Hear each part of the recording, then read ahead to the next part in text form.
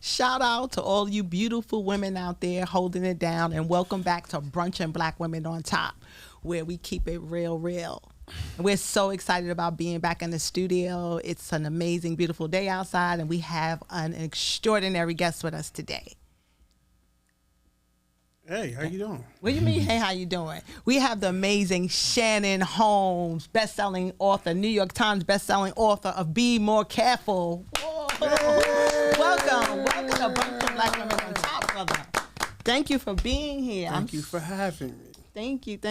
Now, Go ahead. no, so I just want to jump right into it because I'm excited. I'm a little nervous because I've never had an opportunity to have this conversation with you, and I've known you for a few years now. Yeah, like 20 something. I even had no kids when I know you when I met you. Yeah.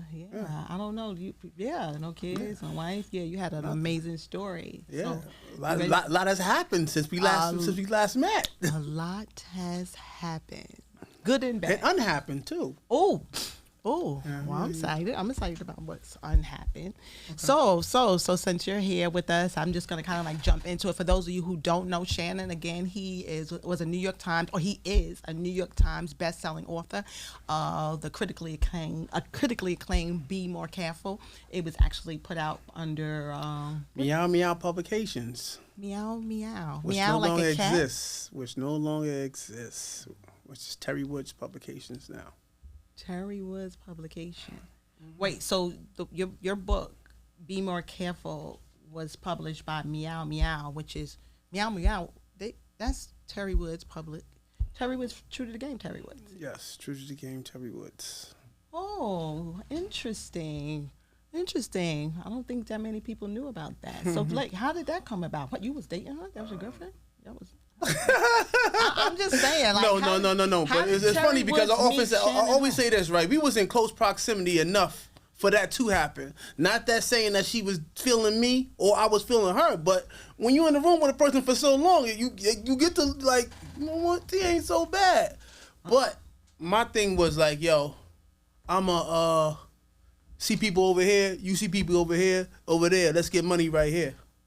Cause I knew from being in the streets and being in the drug game that messes up everything. Like I had a situation like that before, and it messed up the money. And first and foremost, I wanted to get my money, so I didn't want it to be like, "Yo, we did it good last night," and I'd be like, "Where's my money?" Wait. So it wasn't no romantic implications, no romantic undertones or nothing there, but it could have happened. It could have happened. I'm not ugly. She's a nice looking woman, you know what I'm saying? So it could have happened, beautiful. But you know, it didn't. You know what I'm saying? But some people, you know, and that worked out. Some people personalities be ugly. Not saying her, but some people personalities be ugly, and it's a turn off sometimes. You know what I'm saying? So.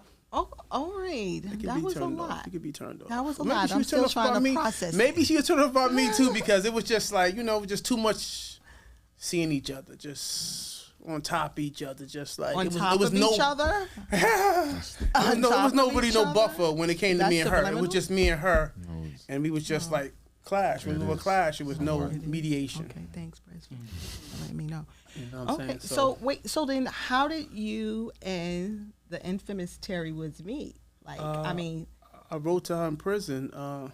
You wrote to her in prison? Yeah, it was this kid. In prison, he had a magazine. You know, for any of us who've been in prison, we keep magazines. And like in them early 90s, you know, it was a Source, it was the Vibe, it was what was the other joint? That's my favorite too, Double XL. You know what I'm saying? So we used to keep those magazines for just in case you get locked down, you got something to read. So this is when the Fed magazine and Don Diva was new, so the prisons didn't really know what it was. So he had it. My man had it in the jail before they banned him, and she took out an ad in Fed magazine. Shout out to Antoine Clark, guy I know from my childhood, owner of Fed magazine. Oh, okay. So, and it said an address, her PO box on it. So I always been like, as a kid, I read album covers. Don't ask me why I read album covers, but I read album covers. This is when your mother had the 45s and the 33s. And on those album covers, there is the address to the record company. The record company? So it's the same thing with books. Inside of a book is the address to a record, is the address to the book company. Okay. So when my friend showed me that, the P.O. box, I just stored it away. I didn't know what I was going to do with it. 6 months later, yo, let me see that magazine again. He didn't know what I wanted it for, but I knew what I wanted it for. Got it, wrote down the address, and wrote to her. So you had the book already written? Yeah. Everything was written. Everything was already in motion before, everything was ordained. You know what I'm saying? Before I just, So when you were writing the book, so you wrote this book in prison, correct? And did you have any idea that you were going to publish it, or you were just like a way of expressing your thoughts and ideas? Like, I mean, with no real vision of like, this book, I'm going to publish this, or were you just like, you're saying, I'm just going to put some of these ideas on paper? I wasn't writing to get published. I was writing to kill time. And this was a long letter to myself. Wow. And I met a kid in jail who just changed my life. He changed the course of my life. And I was talking to him. He wrote 3 books. And talking to him, I knew I was smarter than him. That wasn't a knock on him, but that's how I felt in the conversation. Because when I ran the streets with older dudes. These dudes were 8 and 10 years my peers. These dudes was lions. I was just a young dude that walked with lions. So they wasn't telling me how to move. They was showing me how to move with their actions. This is how you handle this. They wouldn't. It's not like now how the kids, go ahead, go make a movie, go crash out. It's not like that back in the days, back in the 80s. It wasn't like that. You know what I'm saying? I grew up in a time when men were men. And what are they today? They're not men. Dudes are violating the same rules they killed to keep in place. They tell them. Okay. Oof, that was so that was the street. So just seeing that kid, met that kid. Gentleman. I met that kid. It was just a chance meeting, and they said, he got 3 books, and just talking to him, I said I could write a book because I was a long-time reader. That's what I did in jail. I consumed books at an insatiable pace. So what did you read while you were in books? So what was the book that really interested you? Donald Goines and stuff like that. Slim. I started reading. Iceberg Slim. And I didn't like Iceberg. I didn't like his writing. His writing was too psychedelic for me, too off the wall for me. Yeah, he is. Because wasn't he a drug addict or something like that? I don't even know his story. I didn't even care to know his story. So Donald Goines was the drug addict. But when as I was growing up, I'm the last of 6. It's 3 boys, 3 girls, and I got a twin sister. So my oldest sibling is 10 years older than me, 9, 8, then 5, and it's me and my sister. So growing up, my sisters used to read the Donald Goines books, but by doing chores, they might be washing. I'm like, what the hell is this book? They got it cuffed underneath their arm as they doing whatever they doing. Like, damn, what is that? But when I went to jail, I found out what it was. I was like, oh, this is the books my sisters was reading. And I got turned on to Swamp Thing and Black Girl Lost was one of Black Girl Lost is my personal favorite book by Donald Goines. So I was like, so I'm gonna write because I was reading these books like, oh shit, like, oh yeah, I'm into them. But and then you knew you had a story to tell. So no, not at that point. I was only 16 years old because New York would breed you like, like. New York breeds people if you go out of town like you the man, you done seen it all. You how can I have seen it all at 18 or 25? How? But it'll make you think you did. And you ain't seen nothing. I didn't. I was just around some dudes that seen some things. But yeah. So you reached out, you wrote Terry. Yeah, I wrote Terry. And then she wrote you back. I wrote Terry, but I wrote Terry with sense because a lot of dudes in jail, they don't have sense. They don't have common sense. My common sense exceeds people's book smarts. Cause they be like, dudes be doing long stretches. They see her in the magazine. She looking, yo, I'm gonna holler at her, And I never went at her like that. I was like, yo, listen, I got this book. Kept it professional all the way around the board. She ain't want she out in the world. She want a jail nigga for, you know what I'm saying? So I reach out to her. I keep it professional, and I break down the book. I learn about synopsis and cover letters. I feel as if I can see it, if I can see what it is, I can eye it. I could do it. So I, went to the prison library, got a book about writing books, and this is before I met Terry. So I reached out to her after the book was finished, but I already knew I had it because the jails told me I had it. Oh, so you had shared that manuscript with other men in prison? Yeah. Oh, wow. wow. And so you sent it to her, and then I guess she followed up, and she was like, "Hey, this is an amazing story." And did she rewrite? I didn't. Did she rewrite? Because I've heard that she kind of edited. And just because you said that, not just because you said that, but because that rumor was floating around the industry for a long time, I had to break away from her. Terry cast a big shadow. I walk with you. I ain't walking behind you. So it was like, oh, she wrote, be more careful. No, okay, well, you made Shannon Holmes. You was around that. You was around her around that time when she was like, yo, she was feeling that she made me. And I used to tell her, I said, you didn't even discover me.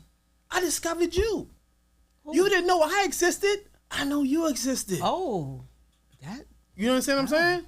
So I reached out to you. You didn't reach out to me. She saved me, but I helped her too. So you went on. So you found her. Mm-hmm. She decided to publish Be More Careful. No, it didn't quite go like that. She, it was so she finds me. I found her, reached out to her, because at that time I was sending out. They gave me 20 free envelopes in jail, and I was using them joints I was writing down just what you gonna tell me no. If you can tell me no. But if I don't answer, that's the answer already. But if I ask, the answer just might be yes. All you need is one yes. I could hear a million no's, and I could take a million no's. But with all the information, I was selling out feelers, so I was getting back information. Oh, we don't accept unsolicited manuscripts. Oh, okay, that was Simon. That's what Simon & Schuster, the big major publishers. This is why. Right. Okay. There's so many people in this world that go to school for writing, that dream of becoming a writer. And here I was, just fell into it. That was destiny. Absolutely. I dominated in a college-dominated profession. I remember one time going up in Simon & Schuster. I saw Walter Mosley. Toni Morrison. I saw... No. I saw on the production board. Oh, okay. I saw Walter Mosley. I saw Wendy Williams. And then I saw Shannon Holmes. Sitting there like, yo, man, how the fuck I get here?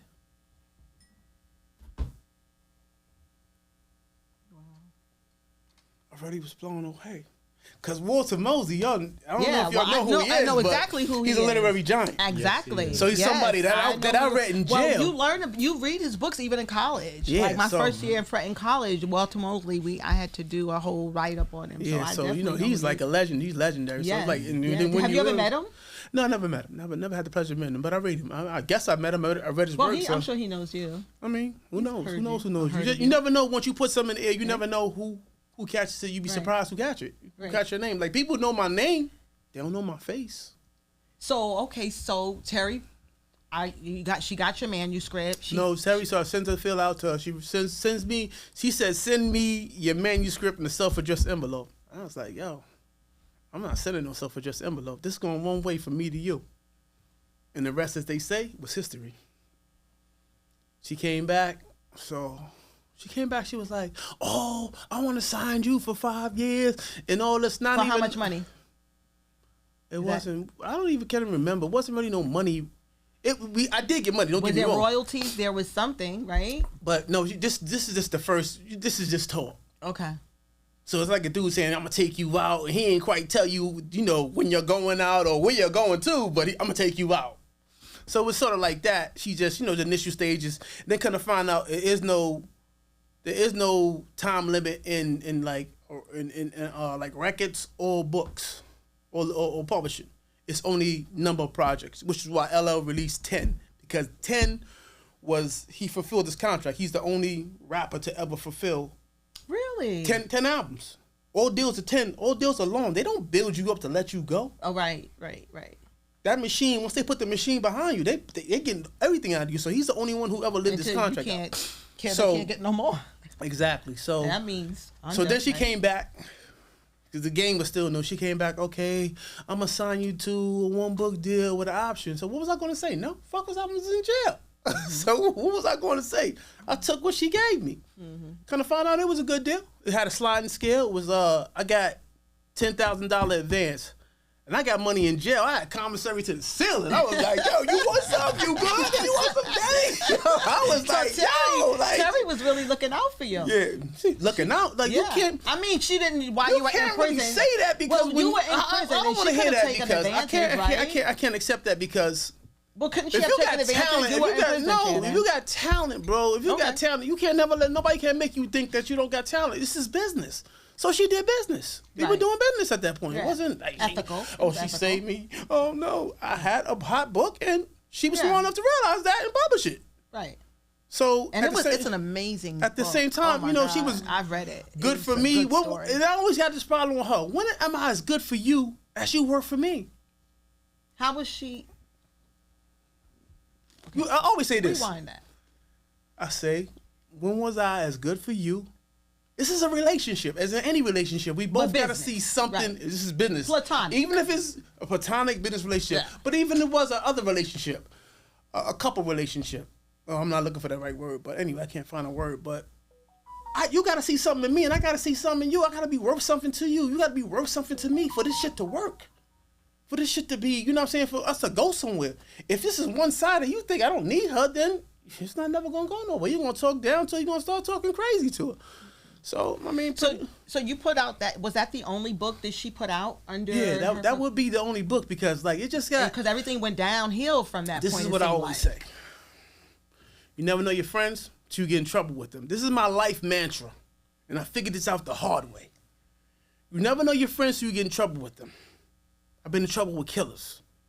You never know your business partner till you do business with them.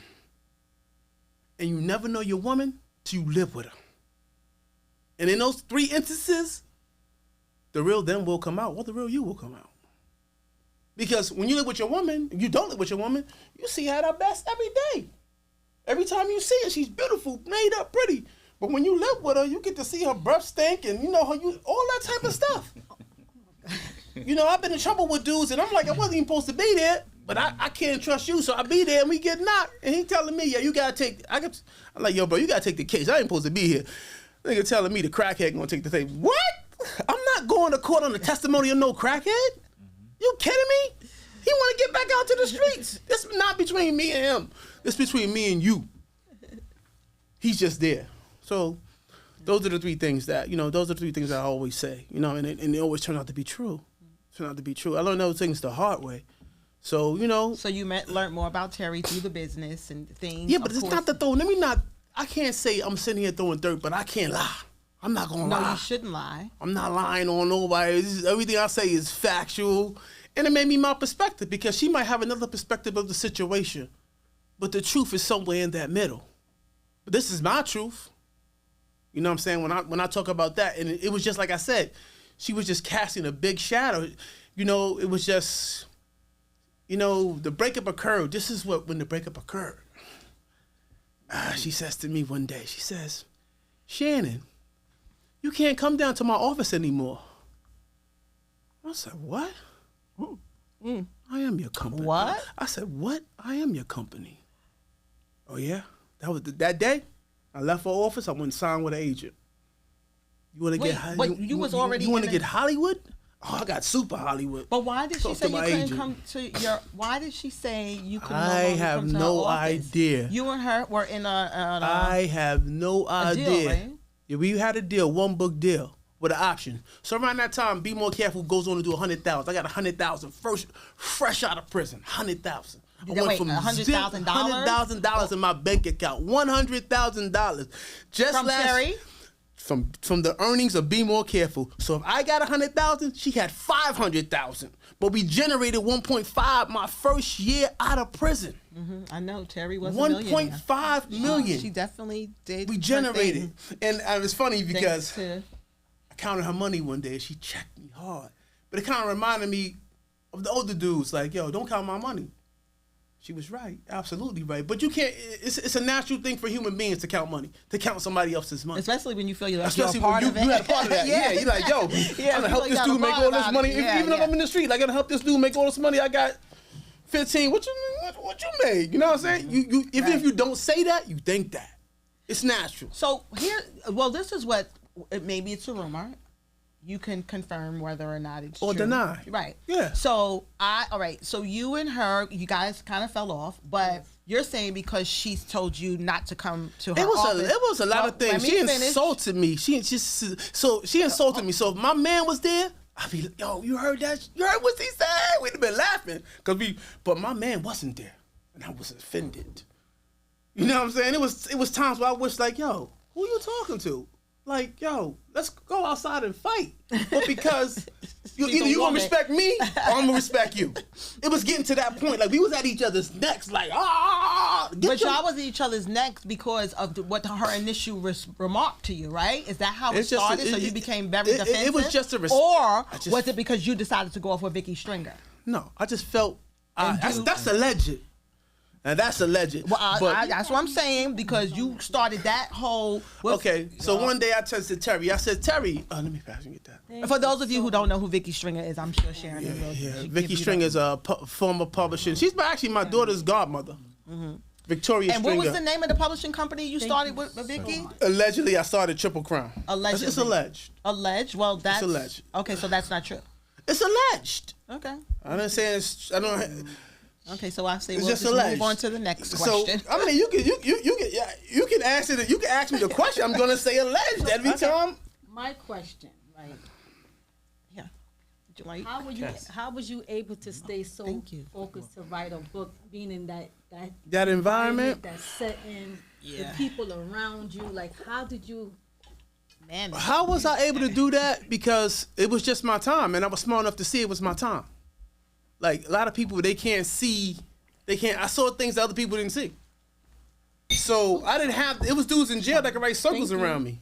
Literally, they were that talented. The most smartest people I ever met in my life are in prison, but they just choose to use their wits for criminal pursuits. They're in jail for robbing a bank, and they're planning to rob another one as soon as they get out. But not knowing that technology has evolved. So you just shut down and you were just into...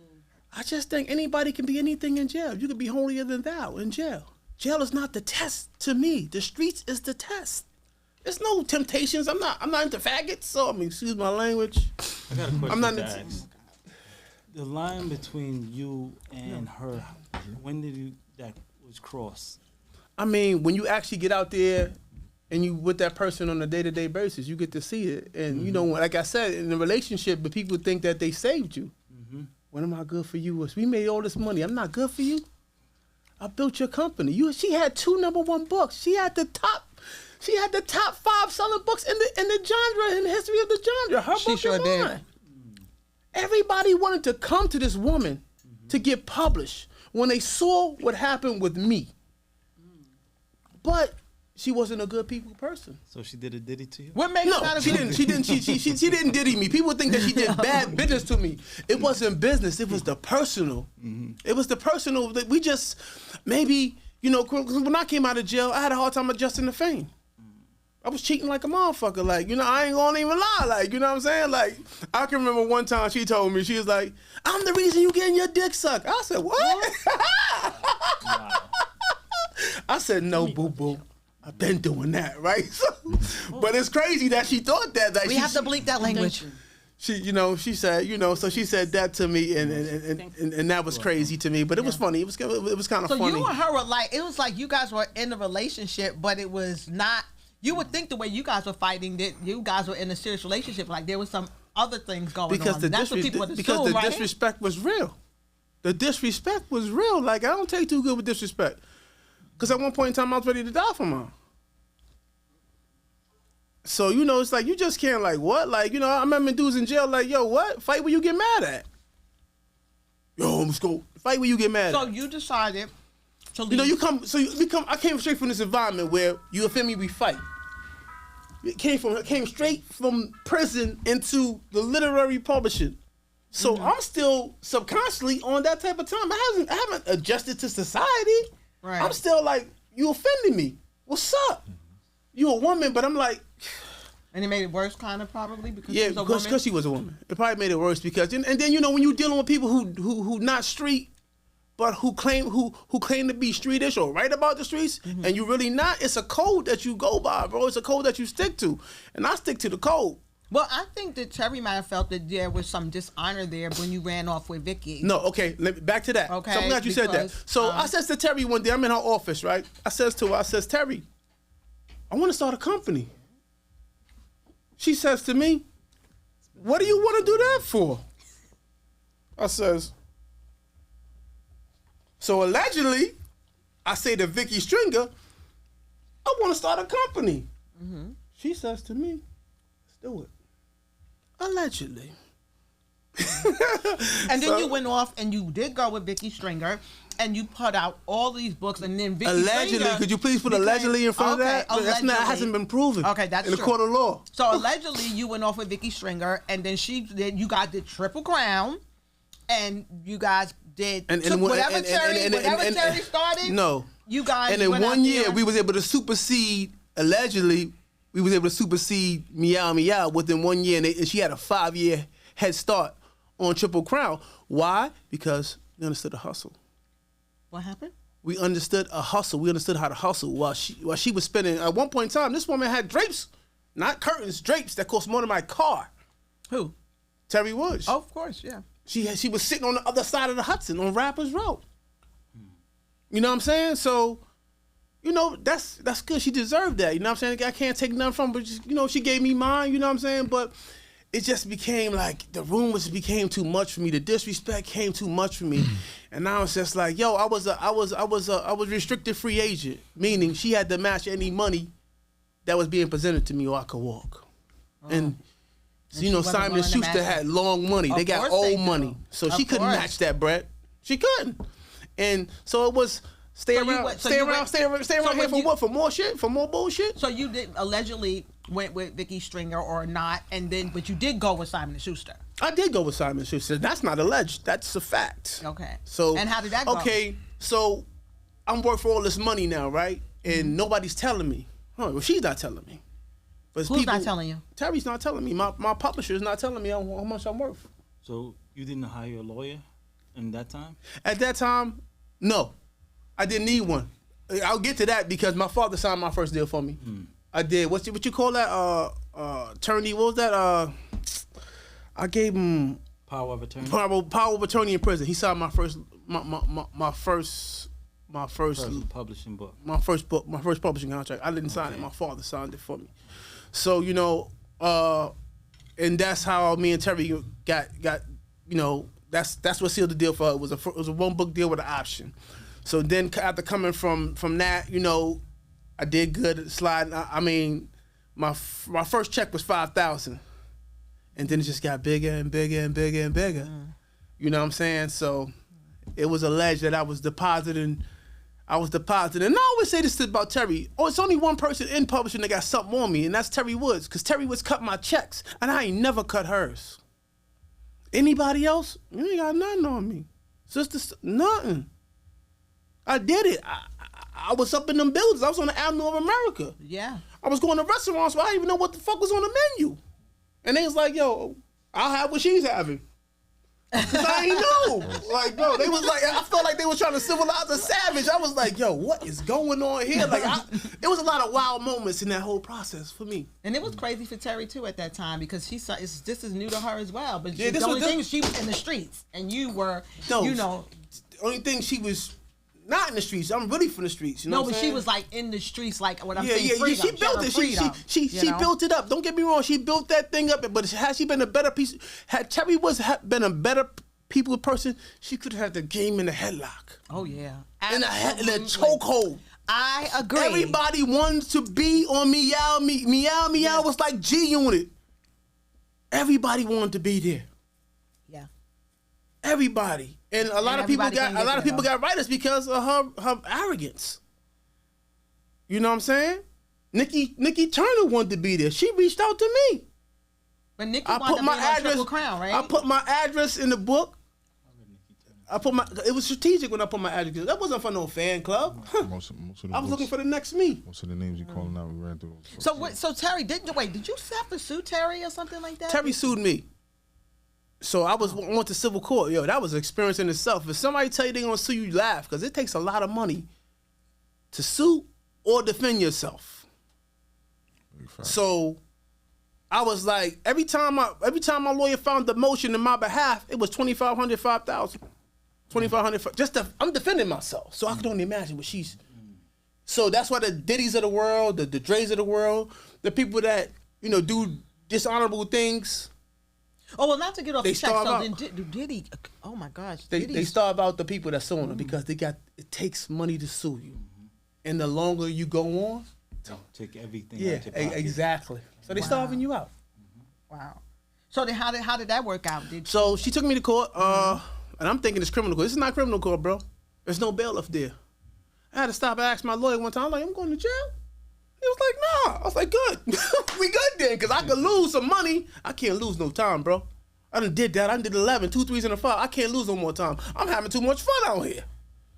So, like, Caucasian people, when they lose money to jump off, that's why you see them jumping off, because they can't go live in them black neighborhoods no more.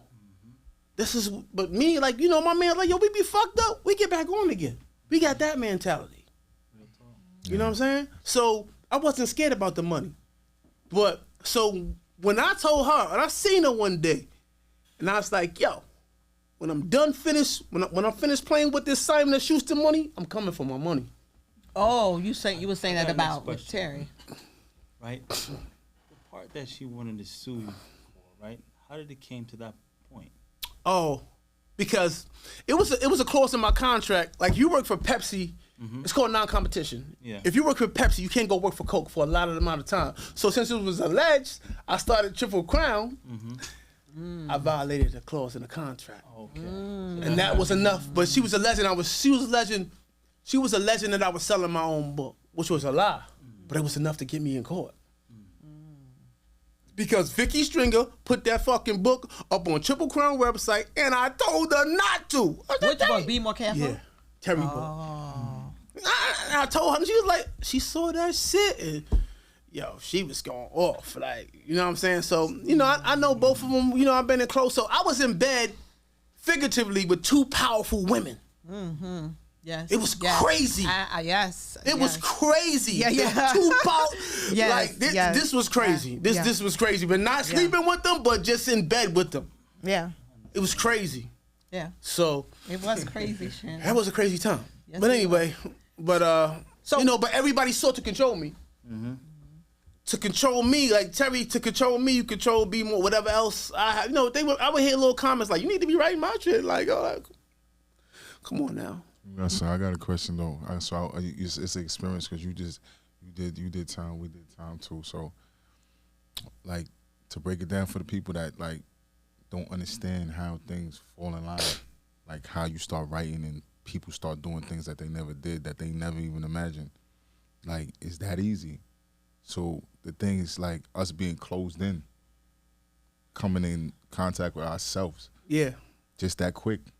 It could take one night. This is what I always say too. I won't cut you off, but I had to be by myself just to find myself. Absolutely. That's how that go. That's how I had it to is. be. I had to be. Even when you outside with all these distractions, you gotta realize the noise quiets and settle down, and you start thinking, and you have those moments of clarity. A lot of moments of clarity. You're like, what I'm gonna do? Like, I came to the point, I was 30 years old, I'm slapping cars, doing push-ups, lifting weights. I said, yo, this is not life. My childhood peers are in their childbearing years, getting mortgages, getting car loans, and I'm in here doing fucking push-ups and yelling, you set. Stuff like, and when they hit me, when the reality of that hit me, I was like, damn, what the fuck am I doing? So when I found writing, I said, I'm going to give this the same energy and effort that I gave the streets and see where it takes me. And it took me all around the country. All around the country. I'm in 5-star hotels eating breakfast for like $200 and something and wondering what I ate for $200 and something. I'm like, what the fuck? Yo, I wish my man was here. Yo, word. I'm like, yo, you got to put that key to go up to the next. You can't even get up there. You got to put the key in the elevator to go up there. So I've been on tours all over, just from a thought. And just like, even to go back a little bit more, I remember telling dudes in jail I was writing a book. Big mistake. Everybody's not happy for you. Everybody does not share your joy. So I remember telling dudes, we in a weight pile lifting weights. Yeah, I'm writing this book. They like, yeah, we gonna have a book signing in the prison yard. You gonna sign your book over that garbage, and we gonna throw it in this one. I said, what? That was so cruel. You talking about her?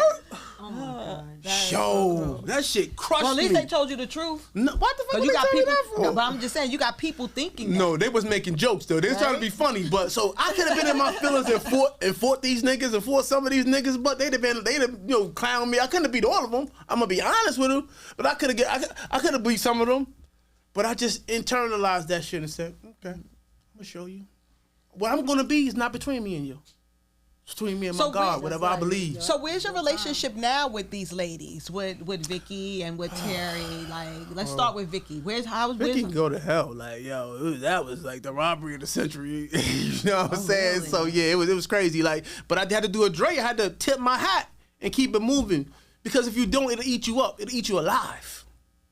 You know what I'm saying? What went wrong with that? But with Terry, me and Terry are friends now. You know what I'm saying? I don't know. So you wound up leaving Vicky. It took a while for me and Terry to be I never went back to Terry. It took a while for me and Terry to be friends, because you took food out of my kid's mouth. Like, it was like $200. This was $200,000 we was fighting for. This wasn't no fucking chump change. $200,000. I settled for $110. Lawyers got half of that. Shit was real. So didn't Vicky take food from you too? Yeah. But it wasn't as different. harsh as Terry. Okay. It was different. It was, you know, allegedly I got robbed out of a whole company. Allegedly. Right. Sometimes, you know, tip your hat, bro. You know, I'm thinking my friend's coming for moral support. My friend is not coming for moral support. My friend is coming to hear what I'm saying to my lawyer. So this situation was more of a greed than helping one in need. Everything is greed.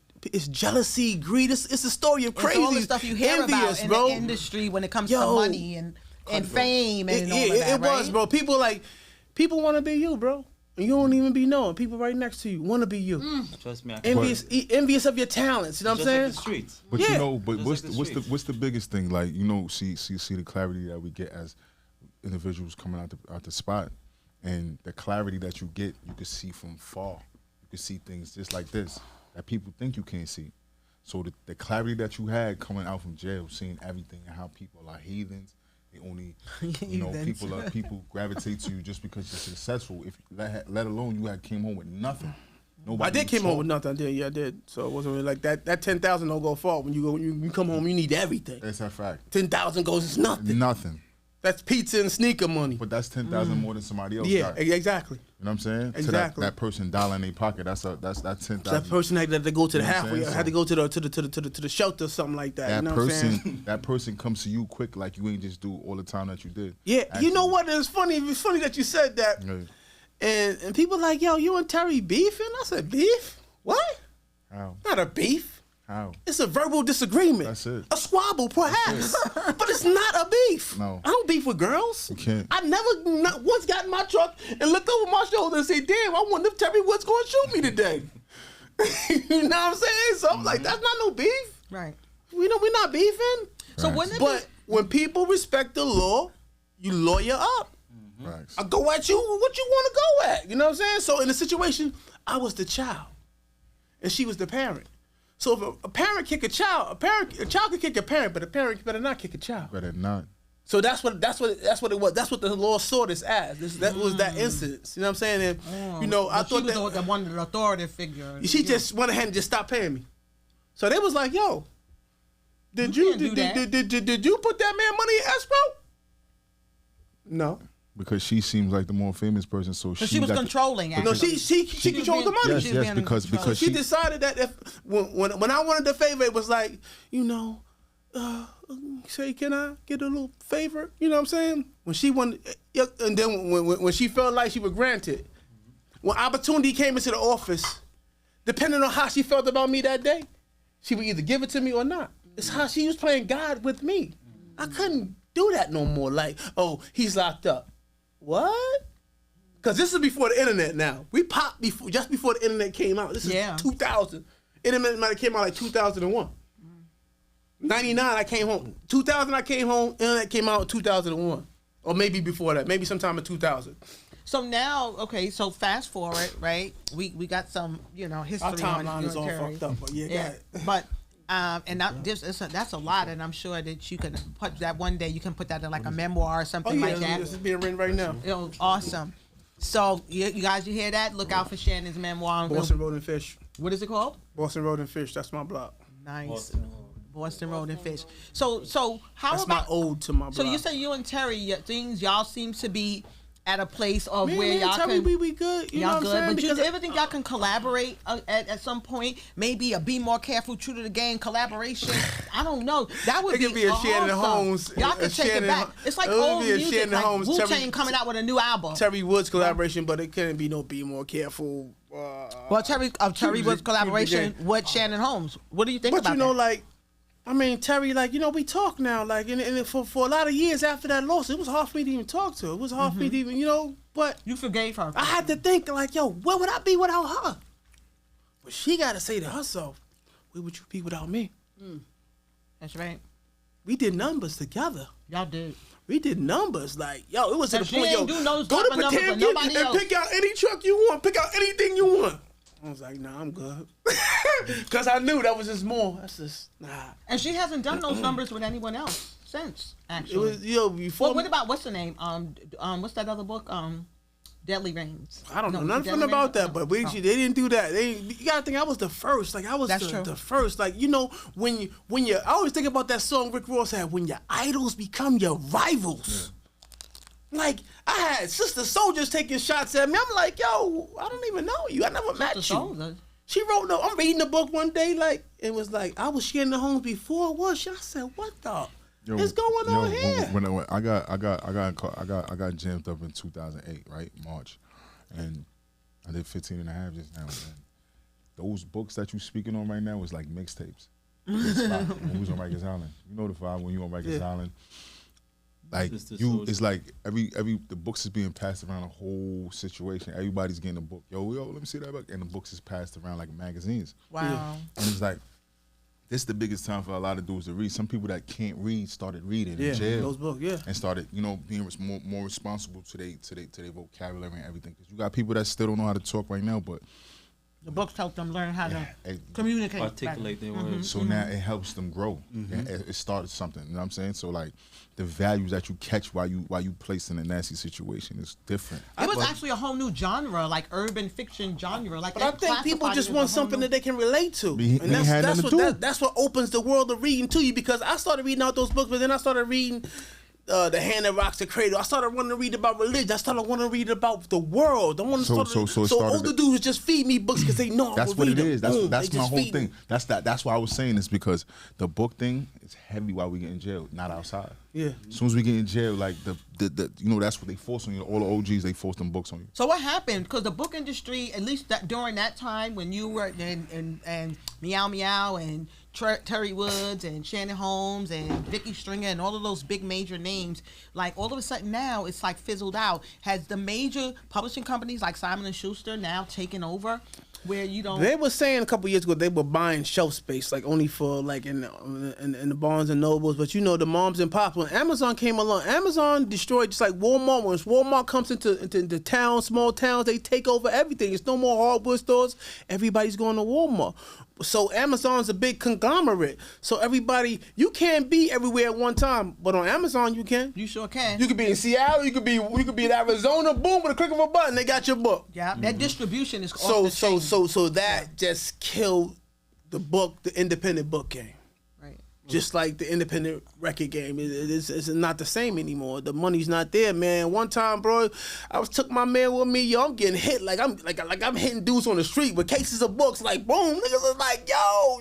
I said, yo, you might have had a drug flip, but you ain't never had a book flip, my boy. For real, yo, them same books you paid. I remember one year I paid $1.05 for 10,000 books. Now do the math. So we all know books don't cost $5, but if I sold that book for $5, I just made $50,000. Books are costing $10 to $15. So just look at the math. I know. You can't even double up on a flip of drugs no more. You lucky if you do that. And you know what those books have also done? It opened up another film industry too. you know, reality TV came about, and you know, and like all these BET, these little short, these like even 50 Cent, he what's those like BMF Power. and all of these I remember shows. he did that, but he did that the G Unit books, and I remember they wanted me, and I said something to my agent, and my agent was like, "Dogs, if they knew that you take that little 23,000, they wouldn't pay you." He said, "You take that, you will never get no big money again." I ain't take it. So a lot of them dudes, they did deals with 50 Cent to take a picture with him. Wow. Cash Money, what happened to that? Cash Money books, what happened to that? Books, yeah. Yeah. That shit wasn't sustainable. They tried to give me a royalty rate of 0.3. What the fuck is that? Shit was crazy. Can I get a quick synopsis of your book? A synopsis of my book. Yeah. Well, I'm gonna give you the how it came about. Then I'll give you a synopsis. It came about. I was in jail. I was in jail in Maryland, and got locked up. You know, in jail, we try to be bigger and better criminals. We socialize and we connecting with other criminals. So let me get your number. You know what I'm saying? I'm gonna hit you when I get home. Dude told me that. I already had him. I hit him when I got home. You'll come to Baltimore. Came to Baltimore. When I got to Baltimore, man, it was just like, it had a profound effect on me, man. We know poverty, but out there, man, they know poverty with a capital P. Yes. I was seeing shit that was just mind-blowing, like, yo. So one day, me and my man, we walking and shit. A helicopter come down on us. I mean, like, top of a house close, that close in the spot. My man, like, do not look up, keep fucking walking. We like, so finally get off us. Then we seeing this police beat this lady up, a fiend. And I'm like, he's hooking off on her, boom, boom.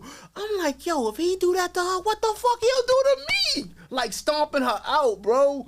Like just going in. I can't even say some of the shit I saw, man. Just going to houses, man. Y'all might not even want to eat, but yeah. Don't say it. So, Baltimore, I was like, damn, I can't believe people live like that. Yeah. So that shit was like, it had a profound effect on me. I still wasn't writing yet, but I would just go back.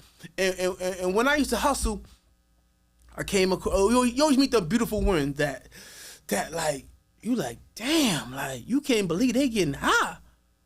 You like, yo, I could take her home, I could clean her up, nobody gonna know.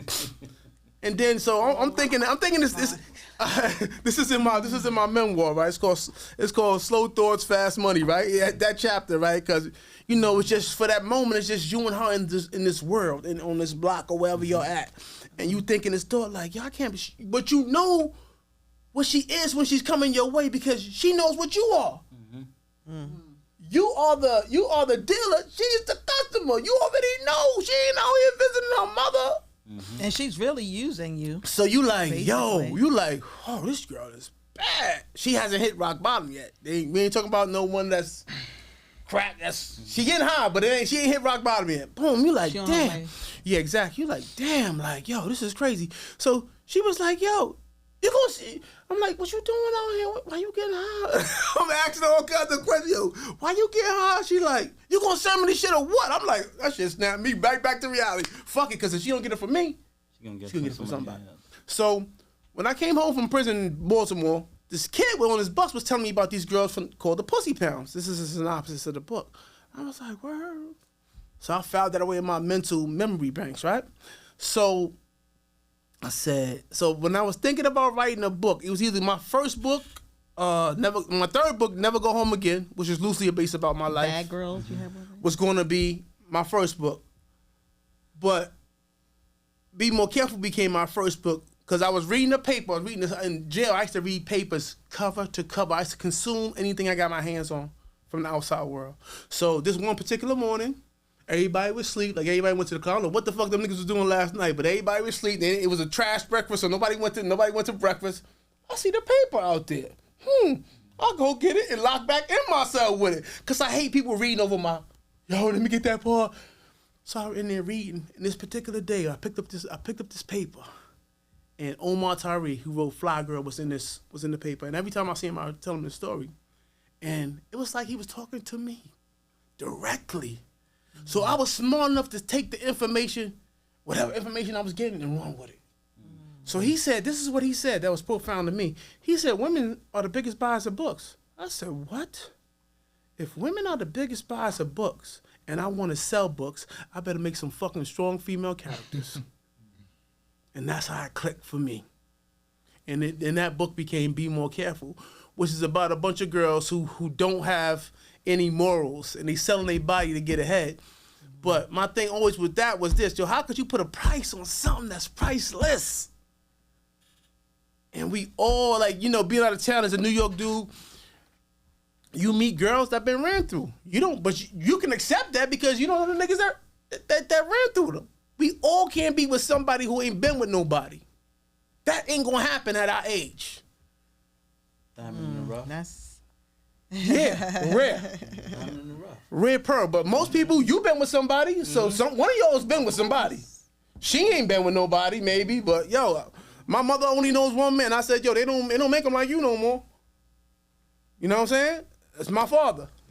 My father has outside kids. My father knows, you know what I'm saying? But that's another story. You know what I'm saying? Mm-hmm. Not to put my family business out there, but you know. So where are you at now, Shannon? Like, what's next for Shannon? Are you in a relationship? What's your take on women? Because you did write a book, like you said, and it was like the character. Yeah. And really everybody thought I was a woman. Like that was crazy. He thought Terry was the man. They thought Shannon was the woman. Right. So I can remember sitting in my truck. I saw me and my best friend.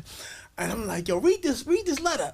And the girl's like, oh, that's fucked up what you did to Black and this and that. She really thinks that this is a girl. This is a real story that happened. And I'm like, yo, me and my friend, we in there dying. It's like Low Down Dirty Shame when she couldn't separate the character from the actor. Yes.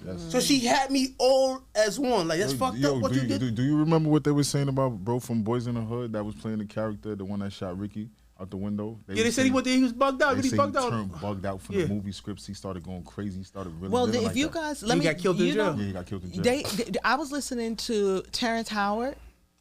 What's his name? Terrence Howard. He was in the movie. Oh gosh, what's that? Hustle and Flow. Hustle and Flow. That's his name, Terrence. That's Terrence Howard. So I don't know, when you guys get a chance, look him up because he has some. He's on this whole nother page. Universe. Yeah, and he's talking about the mathematics, and he's talking about the origin of the periodic table, and he's reconstructed, you know, how we actually look and read the periodic table. It's a lot going on there, so I can't even really go into it. But how can he owe them money or some shit like that? But he said, he had mentioned, I had watched him do, he was at Oxford, and he was speaking about this theory that he came up with, and in part of that he was talking about when he was in character mode, and and what's the actor's name who played Cannibal, the movie Cannibal, what's his name? Hannibal Lecter? Hannibal Lecter. So he was saying that people don't understand, but you have to become that character, like so much so that it's almost like you got to find a way to break away from that. That's how much you become that character. That it's almost like a mental thing. And it's scary because you're so consumed by this character that you got to find a way to break apart from that character. And I said, it makes a lot of sense, because if you're practicing a role, and in order for you to be the greatest actor, you need to really take on that persona. So that means you're playing a psychological game. Start to live that character. And you start to become that. He was just saying how he had to become that animal. And I was like, you know something? I never really looked at it like that, but it's so true. How do you play a part of something that you don't actually become? Remember they say reading is fundamental, right? Yeah. In prison system, right, when a lot of people read these hood novels, you see character change, right? If it's a gangster, whatever, as soon as a young kid read this book and leave his cell, he become that character. Whether it's the biggest drug dealer, whether he's a ladies' man, the book is very powerful. The words you use can channel someone's mind and make them be intrigued and change character, because it's like you living in this fantasy world. But once you get out that world, you feel like you brought that character with you in this world. It's same with music. Like, that's why it's so important that you be mindful of the type of music you let your children be exposed to. You know, but I just want to say, I was really influenced by no book like that. I mean, you're not, but there are people who have that type of influence. But I know we have to kind of like wind up and everything, and this has been amazing. But I just want to know what's next for Shannon Holmes. Well, we just did a movie last year. And so I'm gonna follow up with that. You know, I'm doing my memoir, and that's what I'm doing. Those are the things that, you know, just trying to keep things in the circle, like keep different things going on. You got to. One thing the pandemic teach you that you got to be hustling. You got to be doing something else. You definitely gotta let them know too. All the places to catch what's going on. You know what I mean? Oh yeah, you could just look me up on my IG. I'm really an IG person. I ain't really Facebook. I find IG more entertaining than Facebook. I get my laugh on there. You know what I'm saying? So I just let her laugh, man. You know what I'm saying? So other than that, man, you just by myself, like get a lot of clarity by yourself, man. You know what I'm saying? Because people come along at the wrong time. They judge your story by the chapter they came in on. I don't really want that. Like, you know what I'm saying? I don't really want I want somebody to be good for you. You got something going on, I got something going on. You know what I'm saying? We could do something together. That's what the world is right now, though, big bro. You hear me? Like, that's what the world is right now. Everybody's for themselves, and like when it comes down to coming together, everybody brings a lot of personas in the room. It's heavy. Even these older chicks, they post on Facebook. Don't care about your problems. But I'm gonna show you something. We got a lot of people that we dealing with in this world that got attention issues. Like, you got to be, so now these networks help people. You know what I'm saying? It help people, like, people don't feel like they're important. Yes, right? Not even have something to do more, say. Yeah. I think make them feel relevant. Yes, maybe they still not important. They know that. So let me ask you something, because this is it. What are y'all thinking about this whole Puffy thing? And I just like, because we close it and we don't have to go into a whole lot, but what is your take on this whole Puffy thing? Because now, before, he was saying that how these people, he was under attack, but once that video came out and he was throwing that young girl around like that he had no business with, because he's like 25 years her senior, and I don't understand why these old men mess with these little girls. But what is, I don't know. I'm thinking like I'm trying to figure out, like, just like I was figuring out with Epstein, like he and Weinstein. Okay. That same system that protected you all those years. What did you do to break that for them to come underneath you and you come under attack? Because the Ciroc thing. He hurt somebody. He got somebody upset. No, he didn't get nobody upset. What happened was he didn't get nobody upset. What happened was so whatever the situation is, when the higher ups, whosoever the higher ups is to him, he rubbed them. He got them upset. Both of them, they rubbed each other wrong because of the it was because of the the liquor thing. The liquor thing went wrong, and they was wondering why Casamigos is going harder than Ciroc, and Ciroc been out 10 years but prior. He tried to own Ciroc. They wouldn't give him a piece. He's only licensed his name to Ciroc. Everybody thought he owned it. He never owned it. That's the fight. And that's where his head is. And he wanted to. So he stepped on the wrong toes. How about because he definitely blew that up. He blew it up, so he felt like. Nobody was checking for Ciroc for him. That's what I'm saying. But right, so that's actual facts. But in the midst of you blowing it up, right, you fight for your rights. In the midst of that, so if you just like everybody else, if that's something that's blowing up and they see life coming to it, you stack your money up and you try to overcome the company. You take the company under your umbrella. He didn't do that in the midst of time. He just was doing everything else, He was doing everything else, like beating up the girl. Not that true, but being loud, and that's him. That's his persona. You know what I'm saying? Yeah. Arrogant. Everybody want to be seen. You don't want to be seen. I don't want to be seen. Yeah, sometimes you need to take a back seat. Yeah, well, he got some powerful enemies, and that's a fact. Yeah, that's a and fact. And there's more stuff that's coming out behind this. Trust me. A lot of other people gonna suffer. They're gonna demonize because him of before what it's he all did. over. I'm telling you right This now, is your hero? a lot. Exactly. He's going to lose all his endorsements. He better be lucky he don't go to jail. R. Kelly, he will be lucky. If he don't go to jail, California if he don't go to jail, he will be. Extend So he's not going to go to jail for actually assaulting Cassie back in 2016. But the whole thing is that now his character is being assassinated, and there's no coming back. Because honestly, she's not giving him information against him, no, too. Huh? She's telling him. She already told everything. Yeah. But now there's other people or other women who felt defenseless that are going to now speak up, because that's what happens all the time. As a woman, I know women are violated a lot. Okay, and sometimes men don't know about it because we try to keep it to ourselves out of shame, and we don't really think that someone is going to actually believe us.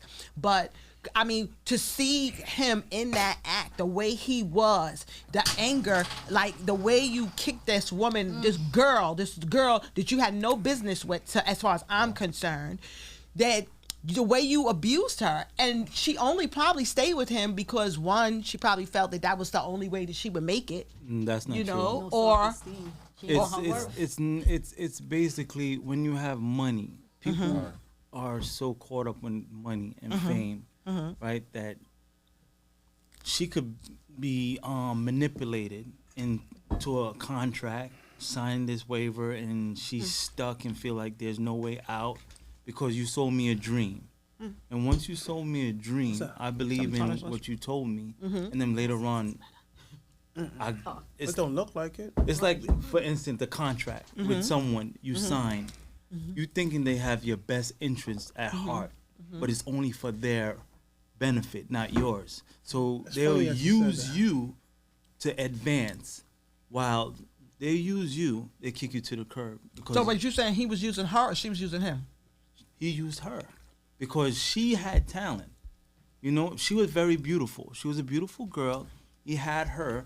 He highlighted her for a few years and then throw it to the wayside. No, but he had been beating her for many years. But no one's seen that.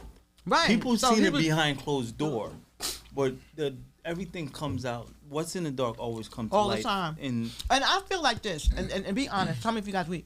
You get away with nothing, and you do reap what you sow. Of course. I don't care who you are. Karma. You getting it. It's very clear in the scripture. You will reap what you sow. That goes for me, for you, for you, for you, for you. Nobody gets away with anything. No one. You know? And like my girl over here always say, he heard that voice. Of course. Leave that little girl alone. Well, who's the master manipulator? Old man. Manipulation. But why you say that? I mean, white people do what Puffy do all the time. But guess what? They don't run in my circles either. Puffy is a part of my community, and he represents other black men out here. So I don't really care about what those white men are doing. My concern is about here's a black man he's established, everybody looked up to, and now look what you did. Now it's a mess. But you see what you said, you don't care because in the black community, we tear each other down. In the white community, they wipe. No, don't white girls come for them black. Look what they did to Epstein and the rest of them. They come for them too. They come for them. You know why they did that? Where's the body at? Where's he at? Body? Where's Epstein? He hung himself. No, he didn't. Where the body at? Private island. Where the body at? Oh, but which one of them hung himself? Where's Osama bin Laden? The other one. Where's Osama at? They said they gave him a Muslim burial at sea. They said they gave Osama bin Laden a Muslim burial at sea. There is no Muslim burials at sea. That's not even a Muslim ritual to bury at sea. Well, I know one thing. Puffy is gonna have a very hard time, and R. Kelly, and they talked about R. Kelly, and they all running around doing the same thing as far as I'm concerned. He's in the same circle. Exactly. So when they need to grow would up. not sell people his masters. That's why he's in his position. Oh, let's come down to money. Yeah, that's what it is. But they said the thing about down to money. Whitney. I heard somebody say that Whitney was wondering where all her money was. Like Diddy was too. Diddy owns everything. That's why they. She's going to count on what you call it. Yeah, Whitney's like, where's my money? Next thing you know, she ain't here. Clive is dead though. Who's that? Clive is not dead. He sure ain't. I'm talking about the other son that raised him. Some of the glasses, Andre Harrell. Oh yeah, he died. How he just died? You think they? I'm not being in no controversy. Right, we don't want to make this. We are not conspiracy theorists, people. Trust me, we are not conspiracy theorists. But we're asking questions because we keep it real here. This is Brunchin Black Women on Top. We're keeping it real goes wrong, and that's what we do. We have real candid conversation about what we exactly. And we are again so excited about having Mr. Holmes in the building. We want to applaud you. For opening up. You was cold. I'm really happy to be outside. I'm gonna be like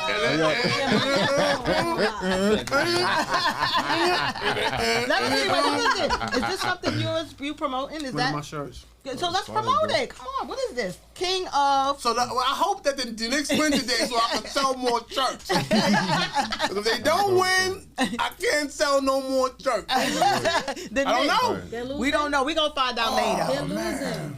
But shout out to our team out here. Shout out to New York. Yo, I got a lot of jail dudes tapped in, and they watching and they like, yo, that's big bro there. That's the big bro. That's Shannon. That book to them. It's like that was a gospel in jail, that's bro. what I'm saying. So that book to them is like I'm a god in jail. That's what I'm saying. That book. I'm telling you, think I'm lying? That book to the incarcerated was like, Jesus. Yo, bro, this is what I never get really like. People really don't really get. I gave hope to the hopeless. Yes. I let niggas know you can make it, dog. Yeah, you can. Yo, I had 3 felonies. Yeah. 3 felonies. Yeah. I've been bitten since I was 18 years old. Yeah. My whole 20s gone. Yeah. In jail. I've been. Yeah. Well, well, you know what? This will continue. Again, thank you guys for tuning in. We're so excited that we had this opportunity, and we will have Shannon back when he finishes and completes his memoir. So we wanted to say thank you, brother, and until next time. And what's the name of that movie? Yeah. Be More Careful. Same as the book. Be More Careful. It's on Tubi, Apple TV, Prime, it's on everything. And this show here is on YouTube, Spotify, Apple Podcasts. Tune in. Crazy now that we premiering that, because everybody was going so crazy about the other thing that my boy Manny bought. You know, Manny Haley? Yeah. Say that for the next show. Right. Okay. No. I'm saying, you see the vibe. You said when he bought the rights to the book and he pushed it like that. Manny came to me. Is yours similar though? Yeah, same shit. Yeah, Manny came to me. I was the second dude he came to. I was like, yo, dog. All right. I ain't come this far to come this far. Let's do it. All right. I can't try to go all the way. Let's do it. Manny was trying to lowball me, dog. That's nice. I was like, nah, I put my life on the line. I don't know about nobody else, but for this information I got, I've been in some situations. Yeah. All right, you know guys. Thank you so much, guys. Let's explore. This has been amazing. Let's toast. Wind it up. Thank you.